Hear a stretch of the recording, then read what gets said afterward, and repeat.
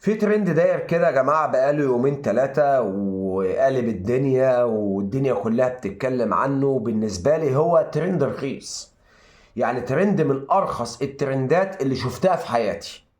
ناس قالت لي يا أبو الدهشيم ما بتتكلمش ليه عن ترند بيومي فؤاد والمحترم محمد سلام؟ بأمانة يا جماعة أنا كان نفسي أتكلم عنه وجي الوقت إن أنا أتكلم عنه لأن أنا متضايق، بس قبل ما أتكلم عنه أنا لازم برضو نمسك قص الموضوع. قص الموضوع احنا لازم نبعت رسالة شكر للمستشار تركي آل الشيخ اللي هو بين معادن واصل بعض الناس. ناخدها واحدة واحدة ناخدها واحدة واحدة. المستشار تركي آل الشيخ بداية ظهوره كان رئيس شرفي للنادي الاهلي. اول ما ظهر في مجال الكرة في مصر، قال لك ان هو رئيس شرفي للنادي الاهلي. شفنا بعض الزملكاويه كانوا بيهاجموا تركي آل الشيخ.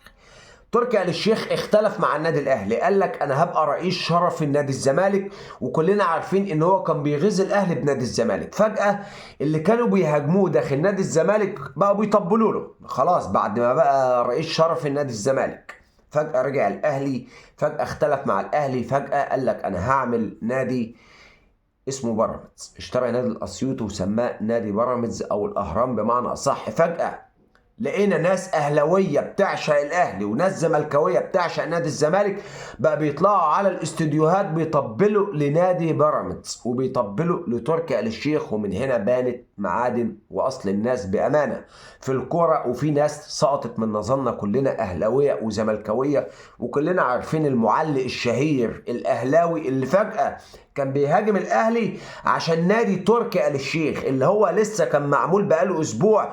تحس ان كان هو بيشجع بيراميدز من قبل ما يتولد، او بيراميدز ده بقاله مليون سنه. هل الراجل ده استكفى على كده؟ لا، ما استكفاش على كده. بعد ما بين معادن واصل الناس في المجال الرياضي وشفنا بعض رؤساء الانديه بيقول لك رجع الساعات يا خطيب، بيتكلم بلسان تركي آل الشيخ عشان تركي آل الشيخ كان بيعمل له صفقات وبيجيب له لعيبه بالملايين ببلاش، فعادي بقى يهاجم ابن بلده عشان المستشار تركي آل الشيخ. وقعد يقول لك ده انت واخد منه ساعات، وبيتكلم بلسان تركي آل الشيخ. وفجاه اكتشفنا ان رئيس النادي ده معاه ساعتين رولكس ذهب، بيتهم حسين لبيب رئيس نادي الزمالك الحالي ان هو سرقهم منه. تركي آل الشيخ ما استكفاش بكده، دخل مجال الفن. لما دخل مجال الفن بين بقى مين الفنانين اللي هم فعلا فنانين، ومين الفنان اللي هو الرخيص اللي داخل المجال ده عشان الفلوس وممكن يبيع نفسه عشان الفلوس. مع ان الفن رسالة، الفن احساس.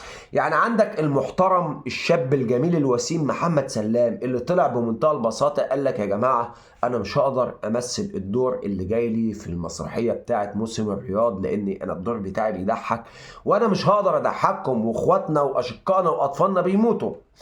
الراجل قال لك انا لحد اخر لحظه مفكر ان الناس دي خلاص هتاجل المسرحيه او هتلغيها او هتعملها في وقت تاني، فطالما هم مصممين يعملوها انا مش هقدر اطلع اضحك الناس. انا تعبان من جوايا وبتقطع، صعب بمعنى اصح عشان ارقص وفي اطفال بتموت يبقى انا برقص على دم وضحايا اطفالنا واخواتنا واشقائنا. راجل محترم قال اللي كل شاب مصري نفسه يقوله. ما هو محمد سلام ده واجهه لكل شاب مصري ولكل فنانين مصر، فشابوه لمحمد سلام وطلعنا اشدنا بيه. نسكت بقى؟ لا، في حاجات رخيصه كده بتحصل.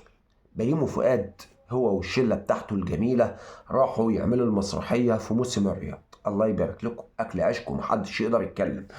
طب انت لما انت اديت الدور واكل عيشك وده فن مفيش اي مشكله، محدش جاب سيرتك ولا حد اصلا حطك في باله، تطلع ليه بقى تطبل للمستشار تركي آل الشيخ وتغلط في محمد سلام وتقول احنا بنشكر الراجل المحترم محمد انور اللي هو انقذ الموقف؟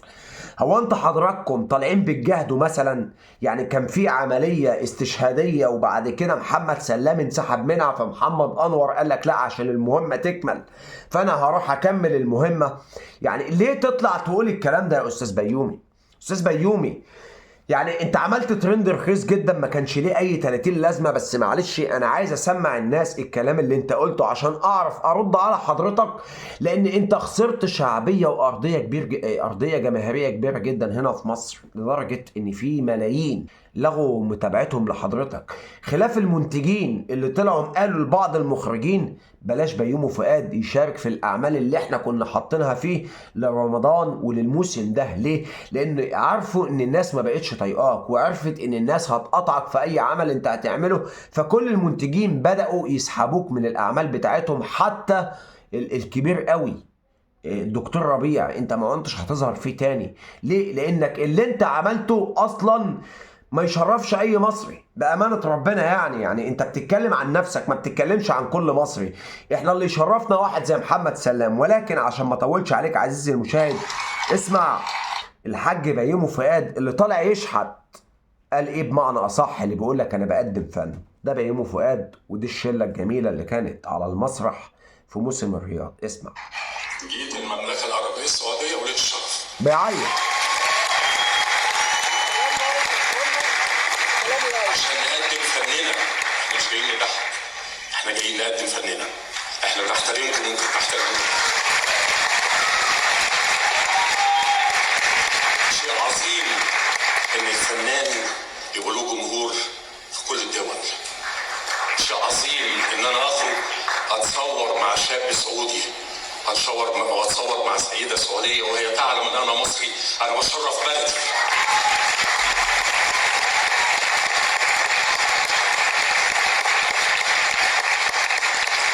من حقك انك تعتذر عن المسرحية، لكن مش من حقك انك تغلط في فنك.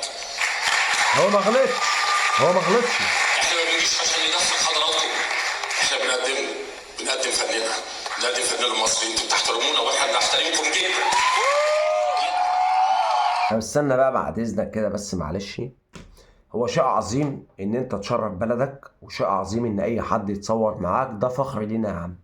يا عم والله احنا بنبقى فخورين لما اي حد من مصر، الناس لما بتشوفه في الشارع سواء في مصر او في اي دولة عربية او في اي مكان ايا كان، الناس تجري عليه وتتصور معاه. ده شيء ما فيهوش كلام. ان انت تشرف بلدك دي ما فيهوش كلام. وان انت رايح بتقدم فن، احنا ما عندناش مشكلة. بس تعالى اقول لك على حاجة، لما تطلع تقول احنا مش جايين نضحك، احنا جايين نقدم فن، يبقى انت كده بتستخف بعقولنا. بيومي فؤاد هو انت بتقدم ايه؟ قولوا لي يا جماعه ايه اللي بيومي فؤاد بيقدمه؟ يعني انت بتشتغل الناس اللي قاعده بتسقف لك، ولا الناس دي بتشتغلك، ولا انتوا بتشتغلوا لنفسكم، ولا هي الفلوس تخليكم تعملوا اي حاجه حتى لو هتبيعوا نفسكم بالرخيص؟ بيومي فؤاد اي حد بيبقى عارف ان بيومي فؤاد بيعمل حاجه، الناس رايحه عشان تضحك بس على بيومي فؤاد، لان بيومي فؤاد اللي بيعمله هو ضحك. انت ما بتقدمش الا ضحك. انت شغلتك في الفن المصري ضحك. ايه بقى اللي انت بتقوله ده؟ يعني انت بتقول للناس احنا مش جايين نضحك الناس، احنا جايين نقدم فن. ايه الفن اللي انت بتقدمه؟ انا عايز افهم.